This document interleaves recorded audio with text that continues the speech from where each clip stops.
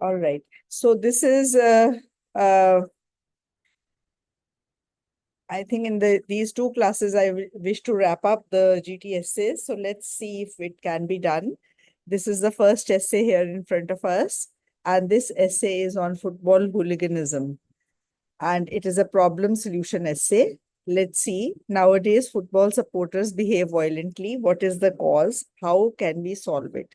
So basically, it's a problem solution essay asking two things: the cause of football hooliganism and ways to address the problem. Okay. So it's a very simple and straightforward essay, although it does seem a bit, that when you read it for the first time, what will you write? What are the causes of this? But otherwise, once you go through the essay points and read the essay, quick reading also will tell you that it's a very simple essay. The points are very simple and straightforward. So let's read it and see what it has in it. So would any one of you like to read it? All right, then I'll go. Uh, Basically, it's an essay on football hooliganism. Football hooliganism is not a new phenomenon. It dates back to 14th century England when this sport was banned by the king of that time. In the modern form of football, such violence has also been reported many times. This essay intends to analyze the causes of this phenomenon and suggest ways to mitigate the problem. So basically, the problem solution essay, this is what the thesis sentence will look like. And before that, you just have to paraphrase it. So here it is, that football hooliganism is a very, very old phenomenon. But even in the modern forms of football, this violence has been reported many times. And all you have to do is tell the examiner that in the body of the essay, you'll be touching upon the causes and ways to mitigate the problem. The main reason of violence by football supporters is that football is a competitive physical sport which is played by and attracts an audience which is youthful and aggressive. Now, this game mostly has the people who watch this, most of them are young people. Okay. The supporters of the teams form gangs, and these gangs want to assert themselves over their rivals.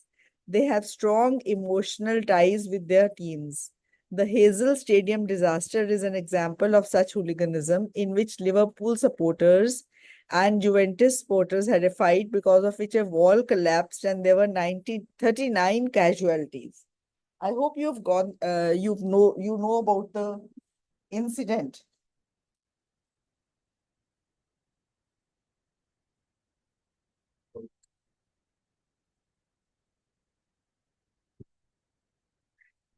So 39 people died in that. And this is one reason that I've given in this paragraph, and as I've supported it, that the watchers of this game are mostly youngsters, and they form teams, they form, you know, team gangs, and, they oppose each other, and then they have emotional ties with their team. And if their team loses, or, then there is violence. Secondly, the influence of alcohol is another reason for football violence. There were clear evidences that most of those involved in football hooliganism were drunk. Finally, the media is also considered a culprit in contributing to football violence. Studies have suggested that the language of war and combat employed by the media in covering football incited the young supporters to indulge in violence. For instance, the Daily Mirror's headline, Achtung Surrender, before the match between England and Germany in 1996 was very provocative for the young supporters. So, when the media reports things like the opposite team should surrender and all, this is like a war language. And so the young people they are incited by such language, and then there is more violence. And so in this paragraph, there are 2 points. First point is influence of alcohol, and the second point is the role of media. Then in the third body paragraph, I've given the solutions, and this paragraph becomes very, very easy once you have clear-cut points for the causes in your mind. Many solutions have been proposed and tried, which have resulted in a significant decrease in football hooliganism. Such measures should be implemented more stringently to completely eradicate the menace of such violence. First of all, sophisticated policing measures should be employed. Spotting and barring the identified hooligans to attend further matches would be very helpful. Alcohol consumption during matches should be banned. Finally, the media should be wise enough to play its role in such a way that it does not give air to hooliganism. To sum up, football violence is a problem, but many effective steps can be taken to address the issue and prevent further mishaps.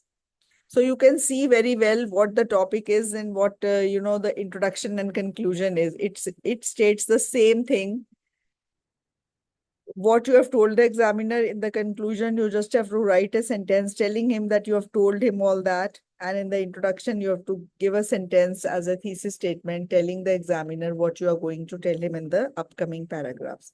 So this is all what the football hooliganism essay entails. Next essay is, many people think that the behavior of professional sportsmen, sportswomen on or off the field is not important as long as they are good players. To what extent do you agree or disagree with it? So this essay is on the, it's an agree disagree essay, and the essay says that the behavior of professional sportsmen, sportswomen, that their behavior, only their game matters. Their behavior does not matter whether it is on field or off field. Okay. What would you like to do with this essay?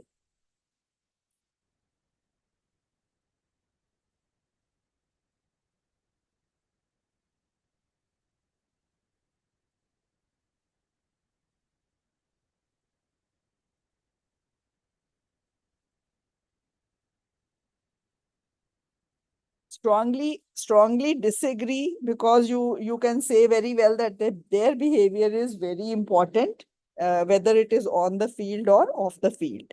Okay, let's go through the essay. It is believed by some that the conduct of professional sports persons on and off the field is not significant. I believe our sportsmen are role models for the people, especially the youth, and therefore their behavior, both on and off the field, should be very good. Isn't it clear that I strongly disagree with it from my thesis statement?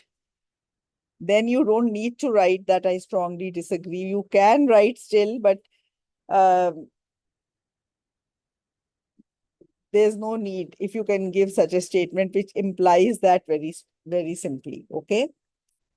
The behavior of professional players is important on the field because people follow these sportsmen as their role models.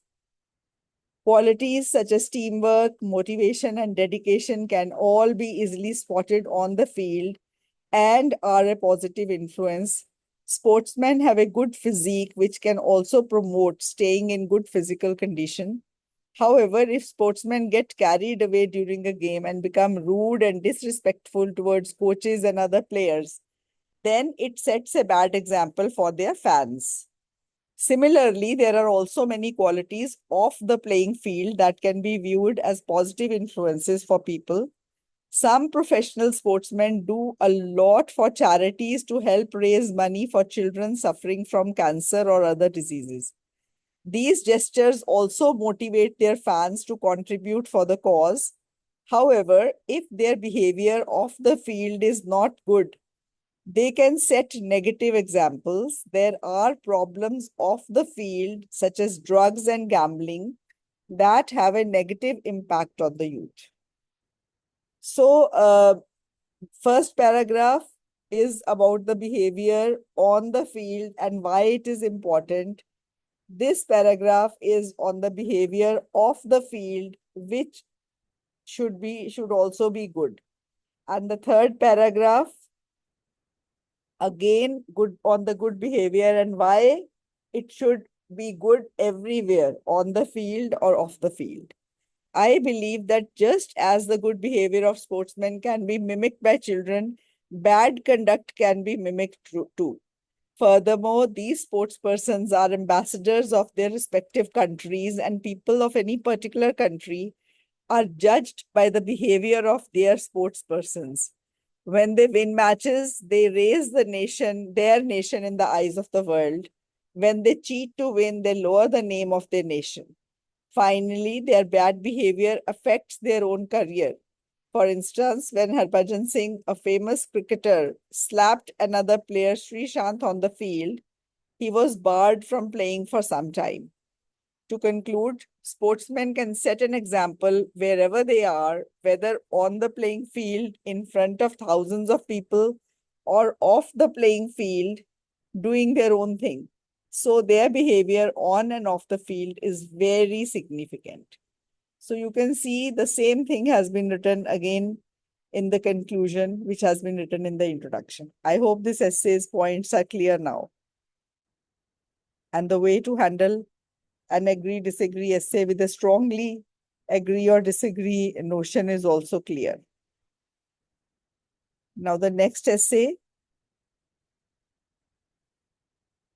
Some people think that competitive sport is important for a child's education. Others think it has negative effects on children. Discuss both views and give your opinion.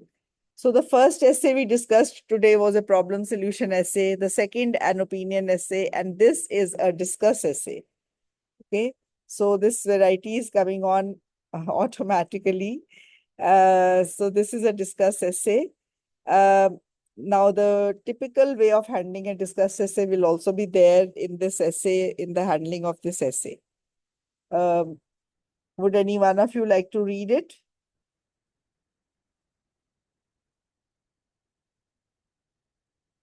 All right. In recent years, due to stiff competition in almost every area, some people opine that competitive sports have a beneficial impact on children's education. However, there are some who disagree with the above notion. In this essay, I intend to explore both perspectives. I personally am in favor of the former view. Typical discuss essay introduction.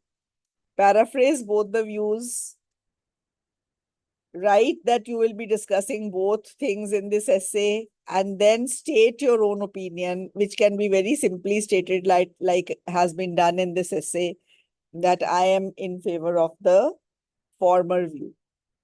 There are many reasons why some people say that it is advantageous for children to take part in competitive sports. The first and foremost advantage is that such sports prepare children for a society that thrives on competition. Competition is a normal part of human nature and a part of everyday life. So this is the first advantage given by those people who say that competitive sports is advantageous. So the first advantage is that it prepares children for a society that thrives on competition. Competition is a normal part of human nature and a part of everyday life. Secondly, competitive sports provide challenges and help children to deal with such challenges. Finally, these games teach discipline and help build character and confidence.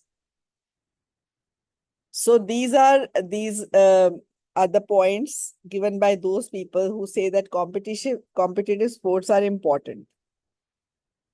I hope the points are clear. Yes, ma'am. Yes, Good ma'am. morning, ma'am. Good morning. On the other hand, opponents of competitive sports argue that these sports lead to stress, which is detrimental to the mental health of children. If these games are played with a win at all cost attitude, win at all cost, I've put in hyphens because the meaning will only be clear if these four words are spoken together. Then sometimes unethical means are adopted to win, and this is definitely not what children should learn in schools. Competitive sports also have a toxic effect on the relationships among children. Each child may regard others as a rival to his own success, and it may also lead children to envy winners and laugh at losers. So basically, in this paragraph, the opponents of competitive sports, they give their points. They say that it causes stress, which is not good for the mental health of children. Then the win at all cost attitude also leads to negative practices such as, taking drugs or harming the other person. And these things children should never learn at schools. And then there is also, toxic effect on the relationship among children. And each child may regard others as a rival to his own success. So this is also bad. The sportsman spirit attitude is not there. Sometimes children laugh at the losers and become very proud when they win, which is wrong. In my opinion, competitive sports are good, but over competitiveness should be discouraged. The win at all cost mentality should not be there as it leads to stress. However, this kind of stress is faced by children every day at schools, and competing in sports only helps them become more confident and tough enough to face the challenges they face in their personal and professional lives. So basically, I am in favor of allowing children to, do participate in competitive sports. To conclude, competitive sports have more pros than cons. Students should play competitive sports because they make them adapt better to this competitive society. However, schools should take effective measures to avoid destructive competition. All right.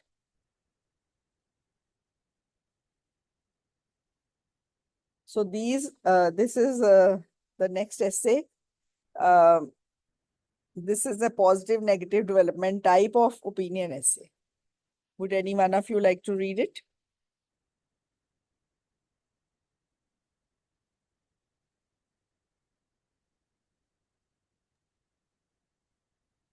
In some countries, Yes, people ma'am. are All right, Jinsi, go ahead. in some countries people are purchasing fewer new items and more second-hand goods. What are the reasons for this? Is this a positive or a negative trend? Hmm. The used goods market is gaining popularity, and this can be seen through an mushrooming growth of offline and online used goods stores. This essay intends to analyze the reasons for this growing trend. While there are a few negatives of this trend, the positives are much more. All right. So basically, this essay is on the in foreign countries, we have seen goodwill stores and thrift stores. Do you know of any such stores? All of those who are there? There are stores which sell second-hand goods, and there is these stores are gaining popularity like anything. These are, I think, also called as op shops, where Which shops? the op shops Maybe here in in Australia, Australia, yes, we they have a yeah, different we name, say, yes. yep. And these stores are always full of people, and I don't think anything bad in that. Personally, I bought, some furniture when I just started immediately after my marriage. There was a lady who was moving her house, and she had certain items for sale. And I got them at three throwaway prices, the second-hand things at throwaway prices. So those, this is not a bad thing. I think this is gaining popularity even more. And in this essay, they've asked the reasons and whether it is a positive or a negative trend. The used goods market is gaining popularity, and this can be seen through the mushrooming growth of offline and online used goods stores. This essay intends to analyze the reasons for this growing trend. While there are a few negatives of this trend, the positives are much more. There are myriad reasons for shopping for second-hand goods. Firstly, it saves money. Buying anything used is less expensive than the new alternative, sometimes up to 90% cheaper, but generally at least 50% cheaper. Secondly, people have come to realize that buying a used branded product which speaks quality is better than buying a new one of inferior quality. There are many things available in the market which are no longer of use to the first owner, but are still in good shape and can serve the needs of many others. For example, unique designer clothing can become available to a vast majority when it comes in thrift stores. So they are thrift stores, okay? First thing is that it is cheaper, and secondly, buying a good quality used product is better than buying a low quality new product. People realize that. Okay. Then secondly, shopping for used goods, or second-hand goods is a very positive trend, especially for the environment. Buying used goods diminishes waste as it gives a longer life to common household items. There is also less pollution as it cuts down on manufacturing demands. Another big positive effect of this trend of using second-hand goods is to the seller. If a person feels that he doesn't need a thing anymore, he can sell it rather than just throw it away and buy something else instead. So this is basically uh, the second question, answering the second question that has been asked, that is it a positive or a negative trend? So the first paragraph was on the reasons. Okay. The second paragraph is on the positives. And the first positive is on the environment. The second positive effect is to the seller. The major negative effect of using second-hand things is that these don't carry any warranty or guarantee.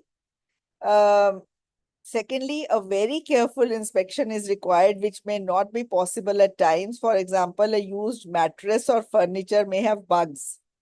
Despite these cons, I still believe that the benefits of this growing trend of resale shopping outweigh the negatives. So this is also called resale shopping.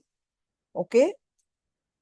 To summarize, there are many reasons for the growing popularity of resale shopping, but definitely the merits outweigh the demerits. Now, I think my introduction needs okay. I have written, while there are a few negatives, the positives are much more.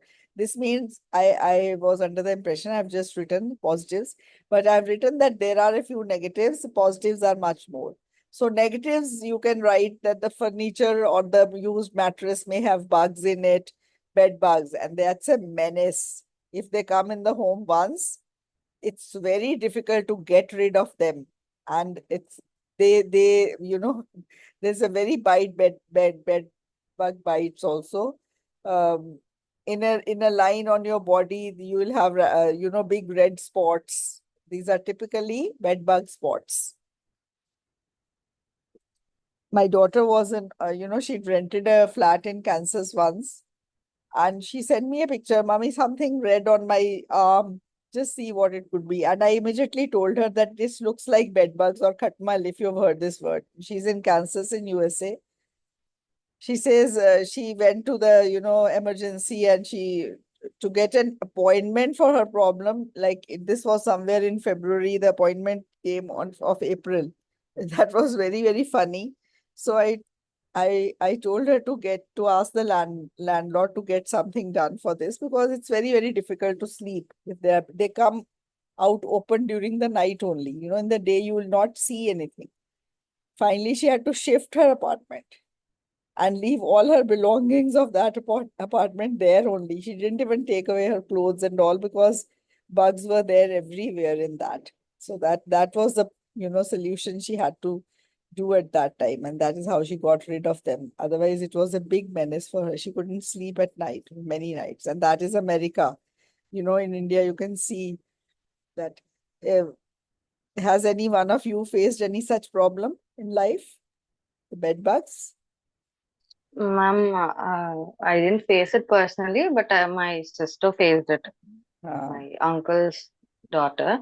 Like, okay. can we write those examples Yes, in the you can definitely write that she faced a lot of problem, and ultimately, you know, because in my hospital where I got my first posting as an intern, there were bugs in the chair over there. But then, another senior nurse, she knew a solution to that.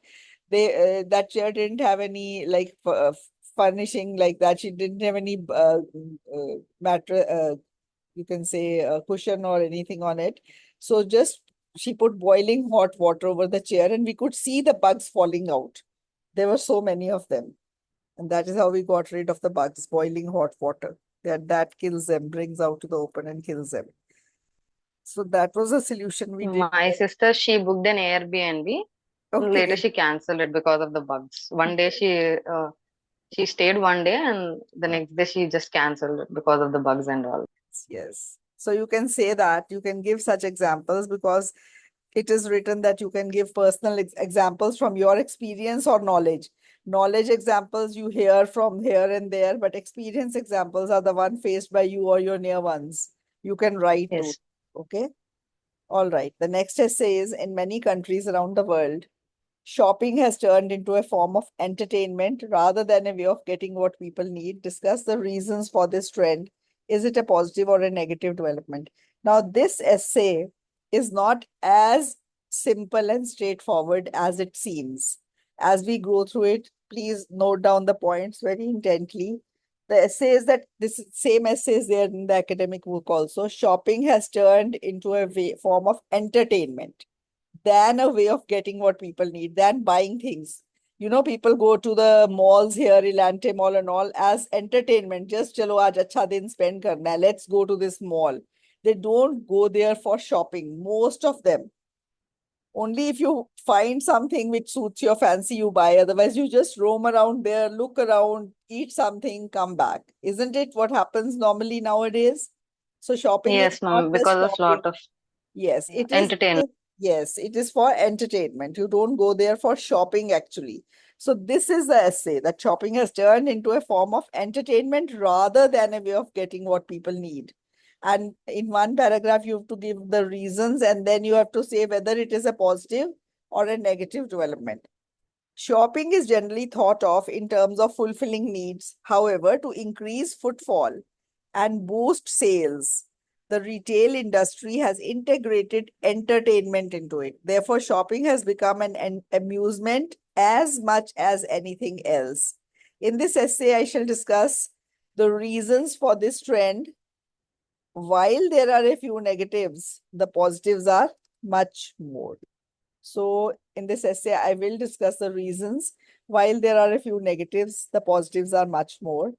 The main reason why shopping is turning into a fun activity is that as online sales have increased, the malls that don't use entertainment are striving more and more to survive the competition.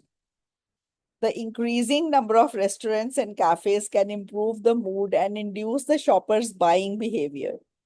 The longer people stay in the building, the more potential customers these outlets can entice with their product range. So first reason is that the malls which don't use entertainment don't get people to visit those malls, and so things are not sold. So when people come into a mall, even if they don't come with the intention of buying things, at times they something suits them and they buy that. So definitely, even if people don't go there for actually buying things, they end up buying something or the other. Okay. And it also improves the mood of the shopper, and so they start buying. On the positive side, consumers get to do multitasking, which means that they combine entertainment with shopping. This is very important as people are suffering from lack of time in this highly competitive era.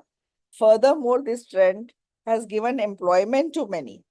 For instance, people are working in the food and entertainment outlets in addition to the retail outlets. Finally, the best way to cope with stress or any kind of strong and negative emotion is to hit the malls and do retail therapy and boost it up with other ways of entertainment too. So in this paragraph, I've given the positives of this trend that shopping has turned into entertainment. So basically, it is giving consumers multitasking option. They take their families, they combine entertainment, and they also do some shopping. So people don't have time.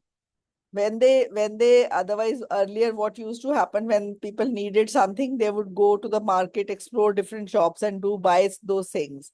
It was that was very boring for the children, and not only boring for the children, even for the parents who have young children, it was very stressful, as children would disturb on the way, and this or that they need, or they would pester them to buy some things, and that would be very stressful for some young parents. If there are young parents in the group, they can vouch for this point, that it becomes very stressful to go with children to do important shopping. So here there is entertainment and there is shopping. So it is, people who don't have time, they combine both things. Furthermore, this trend has given employment. So second point is employment. And third point is de-stress. On the negative side, when shopping malls include entertainment to lure customers, the small shopkeeper suffers. Now, these are the negatives of these shopping malls. The small shopkeeper suffers. Now he not only has to compete with online shops, he also has to compete with these malls. Secondly, the attractive discounts they offer makes people pile up things in the home which they don't even need. It also leads to a use and throw society, which is detrimental to the environment. So basically the 3 points. Okay. So when the shopping malls include entertainment, small shopkeeper suffers. And second negative is to the people, they pile up things because of the sales these shopping malls offer. And then they buy things which they don't even need. To conclude, there are many reasons why shopping has turned into entertainment. And overall, it is a positive development. Overall, a positive means there may be some, negatives, but overall, more positive. I hope this essay is clear. All right. So this is the 6th essay we are going to do. That's fine because the total essays in this book are 193. So tomorrow I'll be having another class in the morning, which will be in lieu of the class I missed yesterday. And we'll try to wrap up this book tomorrow. Some shops are open 24 hours a day and 7 days a week. Do you think it is a good thing for the customers, shop staff, and company as a whole? So basically, this is on the 24/7 shops that are there. They are open throughout the day and night, and they've asked you whether it is a good thing for the customers, for the people, for the staff, for the people working there, and for these outlets as a, on the whole. So basically, today we belong to a 24/7 society, and even shops are open around the clock. This could be very beneficial because it adds to productivity. It is definitely advantageous for the customers, staff, and the company as a whole. Now here in this essay, then you can give 3 paragraphs. One paragraph stating the benefits to the customers, the other paragraph stating the benefits to the staff, and the third paragraph to the company. Alternatively, you could make it a 4-para essay. Sorry. You could give the first paragraph as the benefit to the customers. Second paragraph, benefit to the staff and the company as a whole, and the third paragraph, 4-para essay, then you could have intro and conclusion. Today, okay, customers are benefited in numerous ways by these 24/7 shops. Firstly, these shops offer flexible shopping times as people are working day and night in today's globalized world. Moreover, 24-hour stores also benefit those with more urgent needs, such as patients released from hospitals during the night in need of pain medication and parents whose sick child needs a prescription. These allow parents to shop after children go to bed, and this doesn't interrupt crucial time with children. Finally, such stores are a boon for those who do not like to shop during the day because it is too busy and overcrowded. So in this paragraph, there are benefits to the people. The 24-hour supermarkets have benefited job seekers too. Plenty of jobs have been created, and there are more choices for people to apply for evening work as there are vacancies for late evenings and early mornings. The option of night shifts is possible for those who have commitments during the day, such as students. Moreover, the pay for evening work can sometimes be more than that during the day.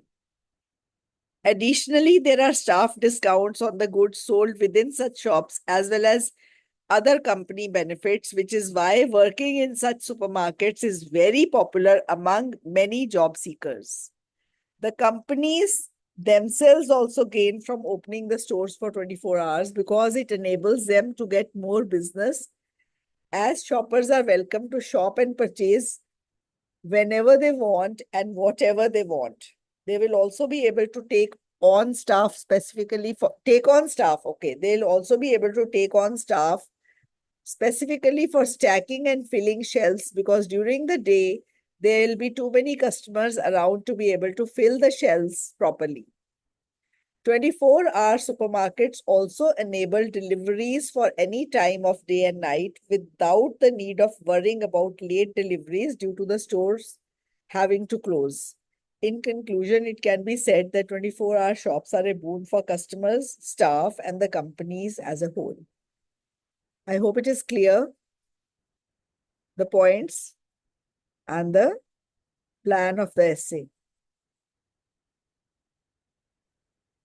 Many people are doing their shopping on the internet nowadays. Discuss the advantages and disadvantages of online shopping. So this is a simple essay. Today, all people do online shopping. It's very, very common nowadays.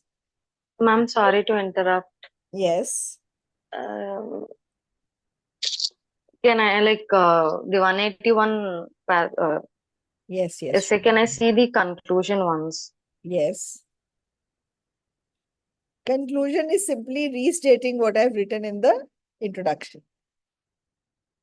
Okay, done. It's very clear, okay? Very simple, the conclusion. So this essay is on online shopping. Today, with the internet so readily accessible to us, more and more people are turning to online shopping for all their needs. This essay will look into the pros and cons of online shopping. Instead of shall, I'm putting the word will. There are several advantages of shopping online. The first is that a person can shop anytime and not just when the shops are open. The second advantage of shopping online is that goods are often cheaper, as the seller does not have the costs of running a shop. Moreover, one does not have to go out in adverse weather conditions. In addition, one can compare products and read reviews on different websites. Finally, a person is able to find and buy products from all over the world, as many sites offer imported products also. So this essay, this paragraph is on the advantages of online shopping. First is that you can shop anytime from anywhere in the world. And second is that the goods are cheaper because the online stores don't have to buy, expensive godowns in cities and all. They can have a godown in any village, in any rural area at a throwaway price. And from there, they can ship their goods. And then people don't have to go out in bad weather. This is another plus point. And then you can also buy a product which is not available in your home country. You can just place an order and get it delivered. Now, disadvantage is that shipping costs are included. The main disadvantage of shopping online is that shipping costs have to be paid, and the buyer has to wait for the items to be shipped and delivered. This could take several weeks if they have purchased a product from overseas, and the cost of shipping may outweigh any savings they made on the purchase price. Online shopping is not a good idea if the product is needed very soon. Another disadvantage is that one cannot feel or see the item, and the order has to be placed by relying on the photograph and description. It can sometimes be quite hard to judge the size or quality of some items purely from a photograph. The final disadvantage of shopping online is that it is much harder and takes longer to return faulty goods. The person has to repack it and pay to ship it back to the seller. It can literally take weeks to exchange a faulty product purchased online. So these are the drawbacks. In summary, there are many advantages and disadvantages of shopping online. The main benefit is convenience and cost savings, while the main disadvantage is that the item is not immediately available. Main disadvantage is that only, all right? So basically, the other disadvantages like the credit card can be hacked and all. This is not very true nowadays because you can always buy things at a cash on delivery option also. Okay. So these are the disadvantages and advantages of online shopping. I hope the points are clear. Do you have any other point to add to it? Ma'am, sometimes actually for some particular products, they won't give cash on delivery. They particularly say to pay online on Yes, spot they do if say. you want it. Yes, they do say, but all the what I have noticed is all the authentic websites, and if you become their regular customer, then this option is always available to you over there on those sites. Like I haven't seen on Amazon now for the past few years any item which I have placed an order on, telling me that there is no cash on delivery option. But there are sites which do have these on certain items. Yes, I know that also. That is a good and valid point. And then, but even on the credit card usage and all, now it is very secure because you get an OTP. Without that, the payment will not be deducted, and that comes only on your phone. Only if you use these very, credit cards in a very unwise manner, you can be cheated nowadays. People also have the option. Yes, you get calls and all which are fake to click on a site or something like that. If you do that, then you are caught. All right. So we can do one more essay and then there'll be 10 left for tomorrow, which I'll try to complete.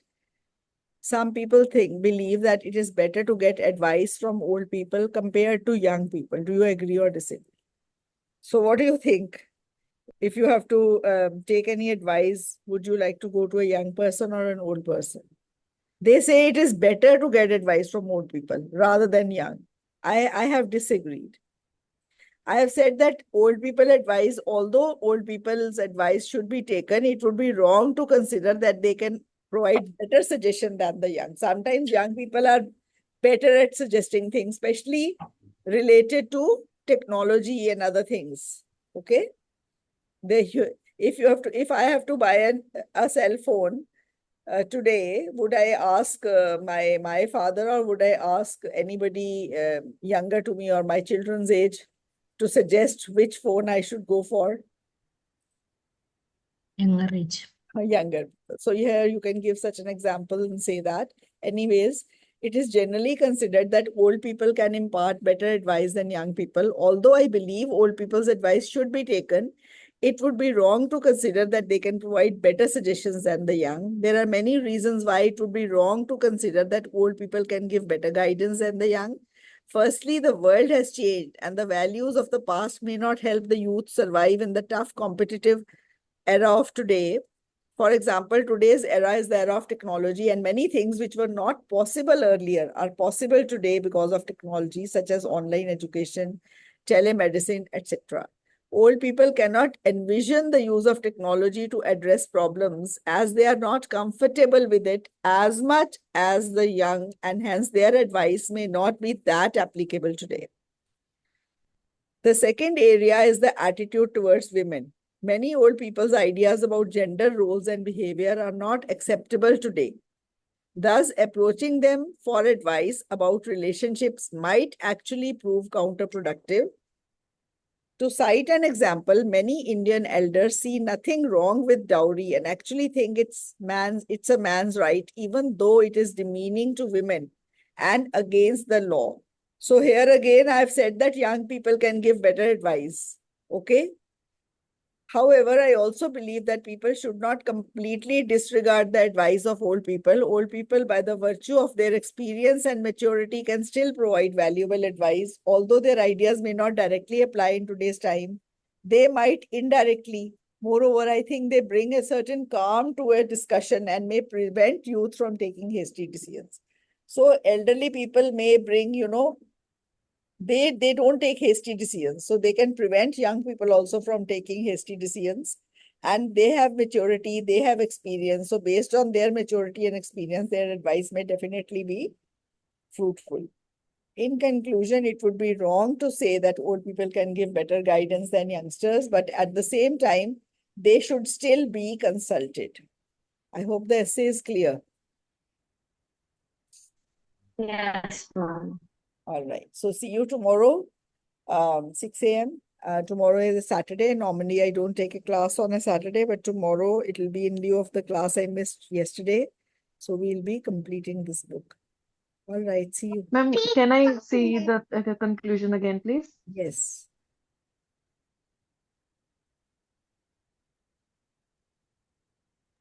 Okay, thank you. Okay, right. Thank you, ma'am.